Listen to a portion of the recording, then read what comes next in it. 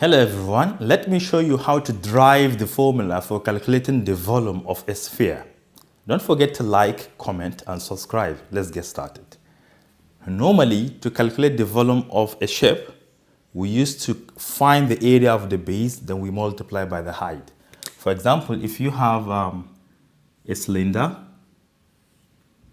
this is a cylinder, you know it has a circular base, and the area of a cycle is what? Pi r squared. The moment you multiply by the height, you get the volume, right? So this is the volume of a cylinder. The same thing if you have a rectangular prism, something like this. You know the base is going to be a rectangle, and the area of rectangle will be length times the breadth. Once you multiply by the height, you get the volume. But what about a sphere? Sphere is just like a ball, right? If you consider the base as a circular base, which is pi r squared, you cannot actually multiply by the height. Why? Because we have different cycles along the way. Look at the middle. The cycle is much bigger than this one. So if you multiply by the height, it's like you are having something like this, like a cylinder. Because the area of this multiplied by height will give you what? A cylinder, not a sphere. But how can we derive this formula, which is very important? You can see that here. 4/3 pi r to the power of 3. Let me show you. We are going to employ the idea of solid of revolution. I'm going to draw a cycle on Cartesian plane. This is a Cartesian plane. This is a cycle from origin, not drawn on scale. Since it is a cycle, from the center to any part of the circumference is r. Because it is a Cartesian plane, remember, if you have 3 here, you should expect -3 here. So this is -r. That is number one. So what happens if we decide to rotate this axis? Once you rotate it like this, it is going to form a 3D object, right? Which is a ball, a sphere, definitely. And to find the volume, we can inscribe a disk inside. A disk. You know what a disk is, right? And disk has a circular base, right? And its height, this is the height, which is the radius, the radius of the disk will be y, and the thickness of the disk will be dx. So now, to find the volume, we have to integrate every single disk because we have infinitely many of them inside. But we would like to integrate them from -r to +r. So from -r to +r. The base of the CD is what?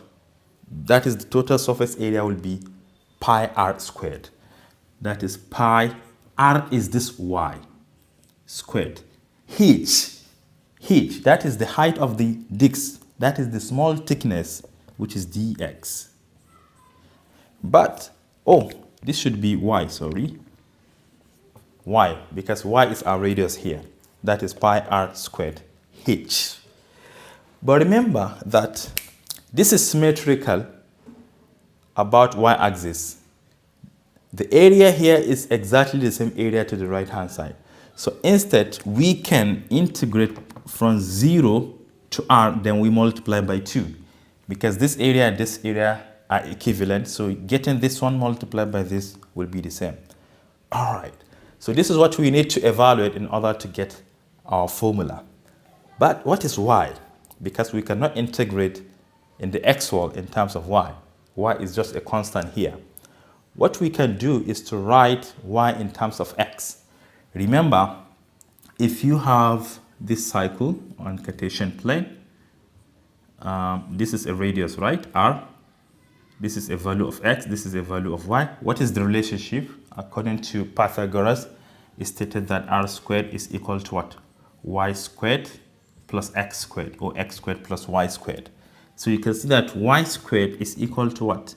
R squared minus x squared. So instead of this y squared, we should replace it with r squared minus x squared. So this is 2 pi times the integral from 0 to r of y squared, which is r squared minus x squared dx. So this is what we need to integrate. Let me come down here. We have this to be 2 pi. The integral of r squared with respect to x, r is constant in this case, so all you have to do is to multiply that by x. So we have x r squared minus, the moment you integrate this, the exponent will be plus 3, so x to the power of 3. Then you divide by the exponent, 3. The limit of integration is from 0 to r. This is equal to 2 pi. In place of x, write r. So we have r multiplied by r squared minus, this one will be r to the power of 3 divided by 3. Then you subtract the lower bound, which is going to make everything 0, so we don't have to do that. All right, this is r to the power of 3 because r times r squared is r to the power of 3. So you can take 3 times r to the power of 3, which is 3r to the power of 3, minus r to the power of 3, which is 2r to the power of 3.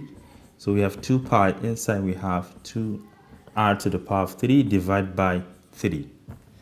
Then 2 times 2 is 4 divided by 3. 4 divided by 3. Then we have pi. Then we have r to the power of 3. You can see they are exactly the same, and hence this is said to be the volume of a sphere. If you want that of a cone, anticipate it in my next video. Bye-bye.